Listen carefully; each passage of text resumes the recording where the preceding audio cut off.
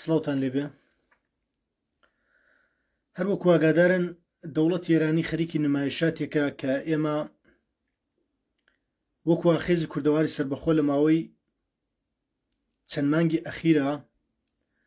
و لە چەند ساڵی ئەخیرەوە بە پێی تەحلیلەکانی خۆمان پێشبینیمان کردبوو کە دەوڵەت ئێرانی خەریکە فۆرم دەگۆڕێ شکل دەگۆڕێەوە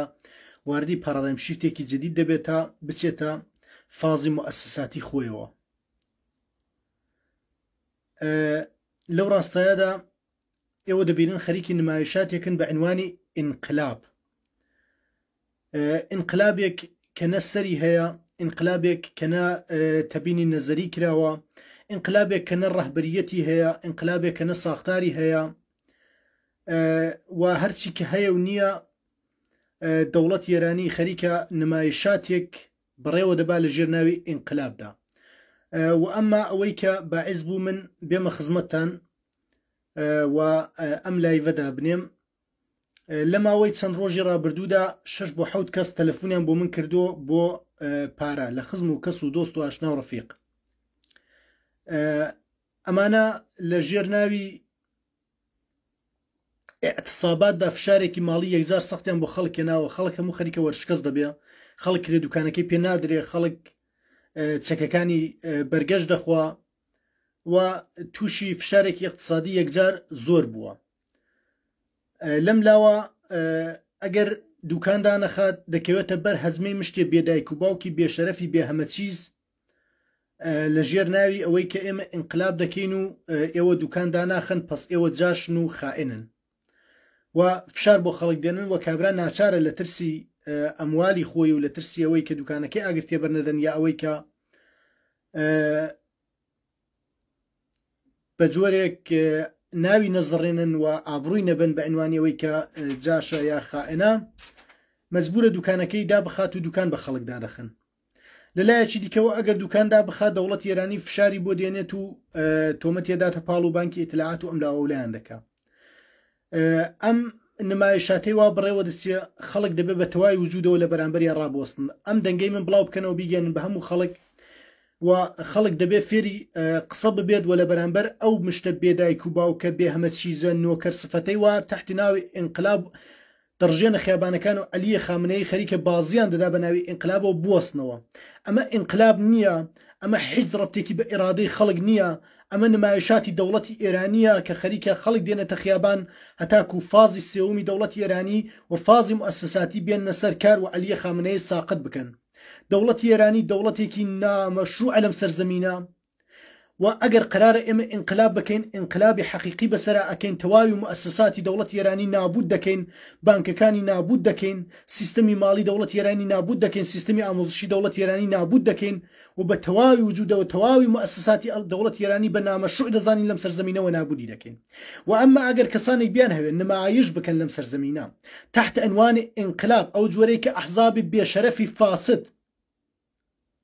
دێن و لە بەیاننامەکانیاندا داوا لە خەڵک دەکەن کە ئەنتەریات بکەن و نمایشات بکەن و بێنە خیابان و مەدەنی بازی بکەن،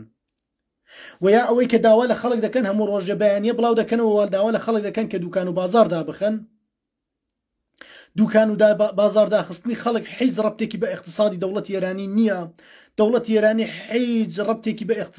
اقتصادی دەوڵەتی ئێرانی حیز ڕەبتێکی بەوە نەداوە کە تۆ احتمالاً دوکان بکەیتەوە گەردشی ماڵیت هەبێ یان نەبێت تا تۆ بچی ماڵیات بدەی یا نەیدەی کە عەلیە خامنەی احتمالاً پارەی هەبێ یا نەیبێ.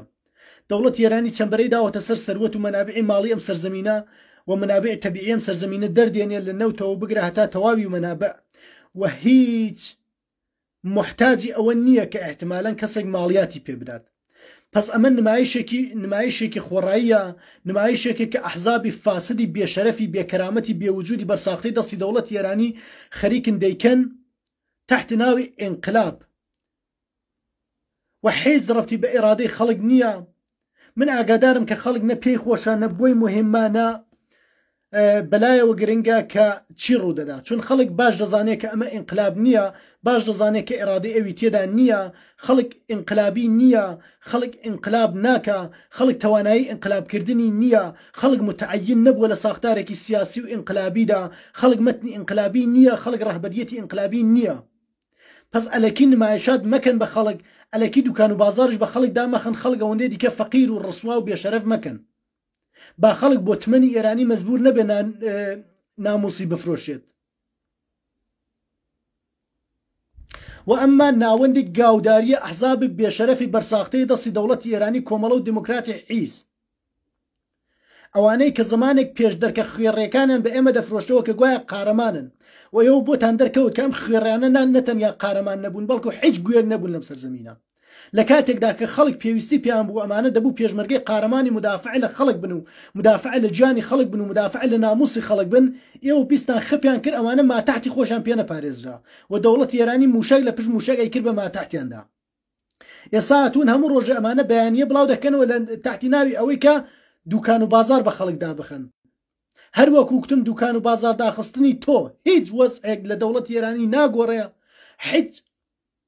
تەغییرێک لە قودرەتی دەوڵەتی ئێرانیان ناکات. بۆ ئەم بێشەرەفانە بانگەواز دەکەن تا ئێوە دوکان و بازار دابخەن. من ئێستا بۆتان تەحلیل دەکەم. بانگەوازی ناوەندی گاوداریە ئەحزابی بێشەرەفی کوردستانی ئێران بۆ مانگرتنی سەرتاسەری خەڵکی خەباتکاری ئێران، چاو ئەدەبیاتە فاسدە، خەڵکی خەباتکاری ئێران، ژنان، خوێندکاران، مامۆستایان، کرێکاران، خەڵکی ئازادیخوازی ئێران و کوردستان. ئێمە کرێکاران، خوێندکاران، مامۆستایان و خەڵکی ئازادیخوازی ئێران و کوردستان دەتوانین دەرێک بکەین چییە؟ ژنان کام تەبەقەیە لێرەدا؟ ژنان کام تەبەقەیە؟ ئەی پیاوان، ئەی پیاوان، ژنان لێرە کامە سیغەیە؟ یعنی ژنان ناتوانن خوێندکاریش بن؟ یعنی ژنان ناسنە نێو توێژی مامۆستایانیشەوە کە تۆ کتت مامۆستایان احتمالان ئیتی شاملی ژنان ناکە، کە تۆ کتت خوێندکاران شاملی ژنان ناکە، کە تۆ کتت کرێکاران شاملی ژنان ناکە، خەڵکی ئازادی خوازی ئێران و کوردستان شاملی ژنان ناکە. ژنان سیغەیەکی جیایە لە مۆسەتەها، سیغەیە جەدیدە، تەبەقەی بێ تەبەقەیە، تەبەقەی جەدیدتان دروست کردووە، کارل مارکس. ژنان، خوێندکاران، مامۆستایان، کرێکاران، خەڵکی ئازادی خوازی کوردستان. ئەم ژنانە لێرە سیغەی جەدیدە. پیاوان، ئینقلابی ژنانە. کام ئینقلابی ژنانە؟ لە تەواوی ئەوەی کە ئێوە ناوتان ئینقلابی ژنانە 29 ژن کوژراوە، 360 پیاو کوژراوە. یعنی 12 بەرامبەری توێژی ژنان پیاوان کوژراون. چۆن ئەمە ئینقلابی ژنانەیە فاسدی بێشەرەف؟ چۆن ئینقلابی ژنانەیە ئەمە؟ مشتێ فاحشەی گەڵگەنیوی ئێرانی تانێناوەتە خیابانەکان دەتانەوە نمایش بکەن تا دەوڵەتی ئێرانی مؤسساتی دەوڵەتی ئێرانی هەتاهەتایی بکەنەوە لەم سەرزەمینە بەسەر ئێمەدا تحت ناوی ئینقلاب وەکو پەڕەدەمشیتەکەی 57تان کە هەڵاتن کلیکتان بۆ خومێنی جەڕەدا و لە بەیەکتان پێدەکوت خۆتان و ڕەهبەرانی فاسدتان. 3 مانگ بەسەر کوشتنی زاڵمانەی ژینا ئەمینی و ژینا داخلی پەرانتێز مەحسانەوەکو ئیرونیها ناڕەحەت بشن لێیان و دەستپێکی شۆڕشی نوێ و خۆشانی جەماوەری خەڵک دژی دیکتاتۆری کۆماری ئیسلامی تێپەڕی. ئۆکەی 3 مانگ تێپەڕی چ غەڵەتێکتان کرد؟ چ غەڵەتێکتان کرد؟ جەماعەتێکی زۆرتان بە کوشدا، خەڵکتان بە فەقری زیاتر کێشا، خەڵکتان بە ماڵوێرانی زیاتر کێشا، دەوڵەت ئێرانی تەکانی خوارد. بەم نمایشاتە دەوڵەت ئێرانی تەکان دەخوا. لەم ماوەیەدا سەدان کەس لە خەڵکی ڕاپەڕی و ئازادی خواز و لە سەرانسەری ئێراندا شەهید، هەزاران کەس بریندار و هەزاران کەسی دیکەش لەلایەن ناوەندە ئەمنیەتەکانەوە دەست بەسەر کراون. دەی ئەمرتان نەمێنێ، دەی ڕووی دایک و باوکتان ڕەش بێ بۆ شۆڕژگێڕی دەیکەن، دەی وجودی سەخیفی ئێوە بەکاری چی دەهات؟ ئەی ئێوە 70 ساڵ ئەم کەڵەشینکۆفە حیزەتان کردووەتە شانتان، قەرار بوو بێن لەوەها ڕۆژێکدا ئێوە دیفاع لە کەرامەتی خەڵک بکەن، قەرار بوو ئێوە شەڕی چەکداری و گەریلایی بکەن تاکو بە شەڕی چەکداری و گەریلایی خەڵک متعەین بکەن و ئینقلابی توودەیی بخەنە ڕێکردتان نەتان کرد. ئێستا کە خەڵک لە دەردی خۆی، لە ڕەنجی خۆی، لە ئازاری خۆیان خەریکە متعەین دەبێت و لە بەرامبەر دەوڵەت ئێرانیا دەوەستێتەوە حزوری نامبارەکی تۆ لەکوێ ئیلا لە فەساددا، ئیلا لە بێشەرەفیدا، ئیلا لە تەجاوز پێکراوی دەوڵەتی ئێرانیا لەکوێ تۆ لەکوێ بۆ حزورن نییە؟ پێشدەرکەی گەڵپنت کووە؟ پێشدەرکەی گەڵدەڵپنی دەمە قۆپان لە پێی ئەسلحە حیزت کووە؟ ئەم کەڵەشینکۆفە فشیافکەنە ماتەحتی خۆتانەوە کە بەکەرکی دیفاع لە خەڵک نایە، کە بەکەڵک نەها لەوەها سەروبەندێکدا دیفاع لە کەرامەتی خەڵک و لە جانی خەڵک بکە. شیافی کەنە ماتەحتی خۆتانەوە. پێشدەرکەی حیز، پێشدەرکەی تەوالێتی مەچەی هیزری گەواد و عەبەی مۆحتەدی گەواد. هەموو ڕۆژە دوکان بە خەڵکدا بخەن، خەڵک فەقیرکەن و خەڵک بەدبەختکەن تا خەڵک بڕات ماتەحتی بفرۆشێ وەکویەوە. چونکە خەڵک کە شەریف بێ سەخیف یۆگوێ و بەسەر خۆیەوە قبول ناکە خەڵکێک کە خاوەنی کەرامەت بێ و خاوەنی ئێرادە بێ و خاوەنی سەروەری بێ سەخیف و بێشەرەفی وەکویەوە وەکو ڕەهبەر بەسەر خۆیەوە قبول ناکە دەبێ خەڵک بێن لە ئاستی خۆتان چاو لە دەست نۆکەر برسی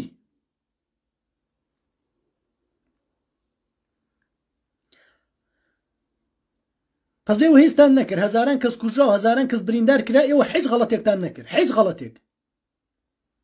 بەڵام دەوڵەت ئێرانی ڕاست و چەپ دەدانباتە BBC و مەنوتۆ سەدای ئەمریکا و ئەملا ئەولا ڕەهبەرانی کورد ڕەهبەرانی کورد ئێوە لە باشترین حاڵەدا لە تەوالێتەکەی زەرجۆز و کۆیە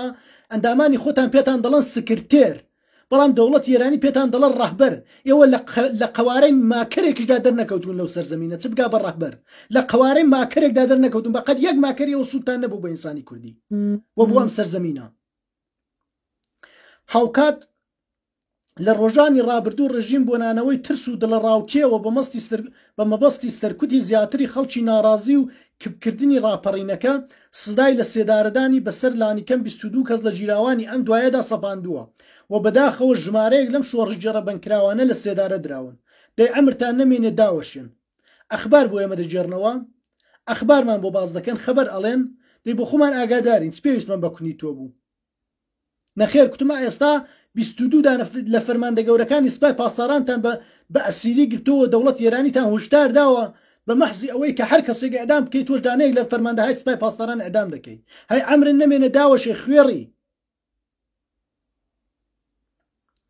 ناوەندی گاوداری حیزبەکانی کوردستانی ئێران بە لە بەرچاوکردنی قورسایی و گوشاری ئابووری لەسەر خەڵک وە کاسبکاران و بازاڕیان یانی ئەوە لەوەش لە بەرچاو دەگرن یانی ئەو لە بەرچاوتانەکە خەڵک گوشاری ئابووری لەسەرا یعنی لە بەرچاوتانەکە خەڵک خەریکە برسی دەبێ یعنی لە بەرچاوتانەکە کە دەوڵەت ئێرانی بە پرۆژە خەڵکی ئەمەی برسی کرد بە پرۆژە خەڵکی ئەمەی کرد بە کۆڵبەر بەڵام ئێوە کەوتنە کۆڵبەربازی نمایشی کۆڵبەر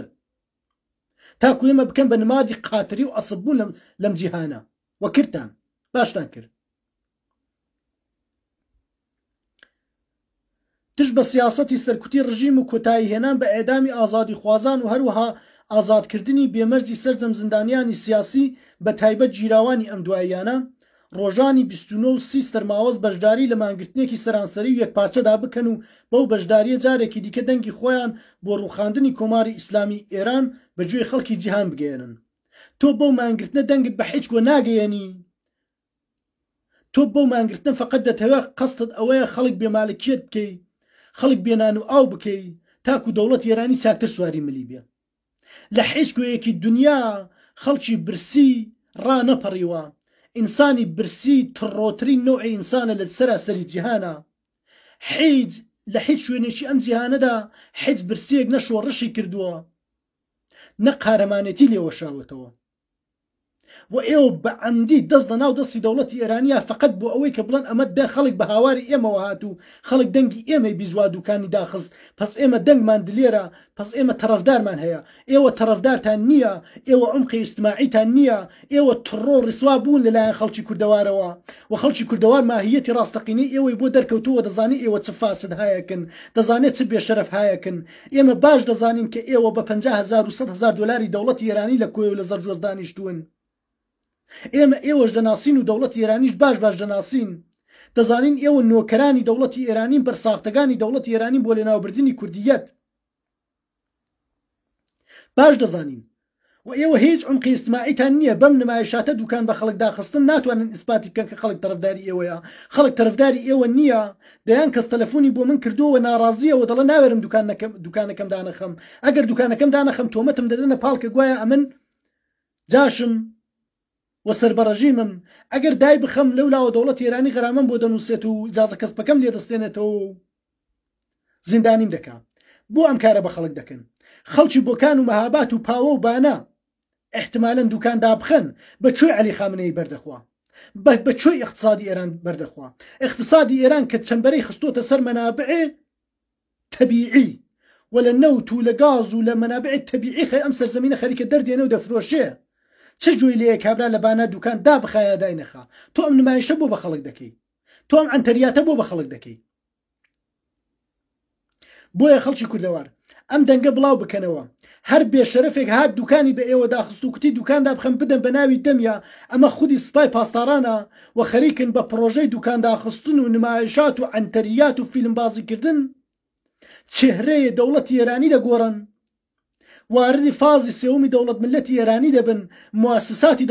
دەوڵەتی ئێرانیتان بەسەرەوە هەتاهەتایی دەکەن ئەمە نە ئینقلابە نە ڕەبتێکی بە ئینقلابی مردمی هەیە نە لە ئێرادەی ئێوە هاتوۆتە دەرێ نە ئێوە ئینقلابین نە ئینقلاب دەکەن هەر کاتێ ئێرادەتان کرد ئینقلاب بکەن متنی ئینقلابی موجودە هەر کاتێ ئێرادەتان کرد ئینقلاب بکەن ڕاهبەریەتی ئینقلابی موجودە ساختاری ئینقلابی موجودە و ئیدەی ئینقلابی موجودە ئێمە ئینقلاب دەکەین بۆ گەڕانەوەی سەروەریمان ئێمە ئینقلاب دەکەین بۆ گەڕانەوەی تەواویەتی مالکیەت و ئازادیمان ئێمە ئینقلاب ناکەین جارەیەکەوە حیزبی دموکراتی گەواد بمان باتەوە بەردەستی دەوڵەتی ئێرانی و بمان کاتەوە بە دەستپانکەر و لە چەپەڵەمەکەری دەوڵەتی ئێرانی تێگەیشتن بۆیە ئەم نمایشاتە لەم سەرزەمینە غەیری قابلە قبوڵە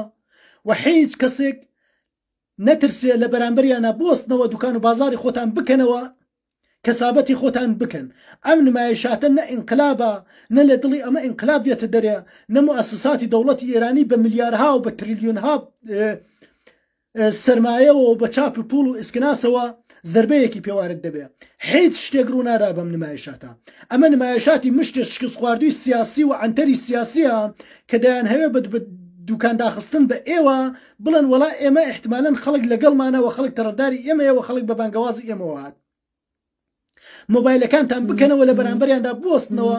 بدەن بە ناوی دەمیانە ئەمە ناوەندی هاوکاری نییە ئەمە ناوەندی هاوکاری نییە کە لە ئێرادەی تۆ دەرهات بێ ئەمە ناوەندی هاوکاری نییە کە ساختارێکی شۆڕژێڕی کە لە ئێرادەی تۆ دەرهات بێ پێکی هێنابێ ئەمە ناوەندی هاوکاریە لەگەڵ سپاهی پاسدارانی دەوڵەتی ئێرانیە بۆ نابودکردنی تۆ بۆ بێکەرامەتکردنی تۆ بۆ بێمالکیەتکردنی تۆ بۆ هەتاهەتاییکردنەوەی دەوڵەتی یەهودی ئانوسی ئێرانی لەم سەرزەمینە لای ئێوە خۆش